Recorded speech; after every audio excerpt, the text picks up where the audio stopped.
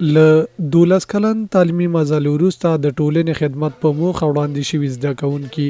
دغه 211 زده کوونکو د خوست د شپې علي لیسه کې خپل زده کړې ترلاسه کړي چې فراغت غونډه تر سره او د راتلونکو لوړو زده کړو د ترلاسه کولو او ټولنې ته د خدمت په موخه وړاندې شول د یاد لیسي مسؤلین په وینا سګنای کالي 211 زده کوونکي ټولنې ته د خدمت په موخه وړاندې کړي او زیاتوي چې لا تر اوسه د شپې لیسه ځانګړي تدریسي ودانۍ نه لري دوی وایي چې د ورځنیو لیسو په نسبت باندې ستونزې ډېرې دي او له حکومت څخه غواړي چې زده کوونکو ته د لاکو زده کړو رسولو په موخه ستونزې باید حل شي مونږ د 12 ټولګي 292 زده کوونکي لرل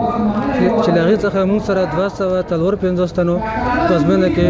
شامل کړی دی ګډون کړی دی چې له هغې څخه تقریبا 211 تنه بریالي شوي دي او 23 تنه ناکام دي نو که چیرې مونږ ته خپل تعمیر جوړ کړی شي مونږ ته خپل زورو کې تعمیر برخه کې نو موږ زده کوونکي هغه څه چې نورو مکاتبو کې لکه دوی پوره کوم هغه موجودې سهولتونه کمپیوټر لیب شي لابراتوار شي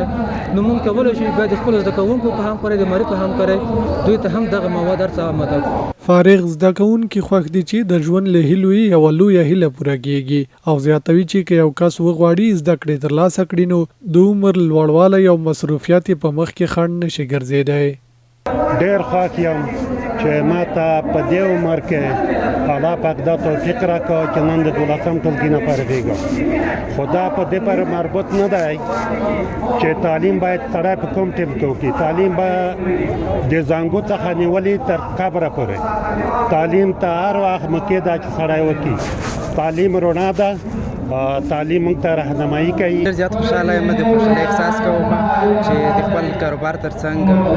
زه زده کړې کوم اوس د 12 فارغت سند ترلاسه کوم انشاءالله راتلونکي کې اراده لرم چې خپلې لوړې زده کړې وکړم او خپل ځان تر منزله ورسوم انشاءالله همدارنګه ځینې نور فارغ زده کوونکي بیا له حکومت څخه غوښتنې لري چې د شپانیو لیسو زده کوونکو ستونزو ته دې پاملرنه لا زیاته شي تر څو زده کوونکي وکولی شي چې په ښه شان سره زده کړې لا پرمخ یوسي مونږ کمپیوټر لیب نه لرو لابراتوار نه لرو او هغه څه سهولتونه چې د شپې لیسې مقصد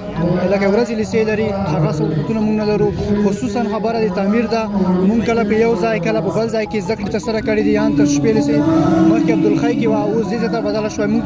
مهمه ستونزه لابراتوار ده لابراتوار نه لرو کمپیوټر لیب نه لرو او خاص تعمیر نه لرو مونږ دلته یو څه اسانتیاوې لرو د 12 ټولګي دا کمښت د کتابونو او داسې کمپیوټر لیب او د تعمیر نشتون دی د یادولو ده چې د خوست ولایت د شپې لیسي مسؤلین په وینا هم مهاله ورسره په یاد لیسه کې تر 2000 نور زده کوونکي هم په زده کړو بوخت دي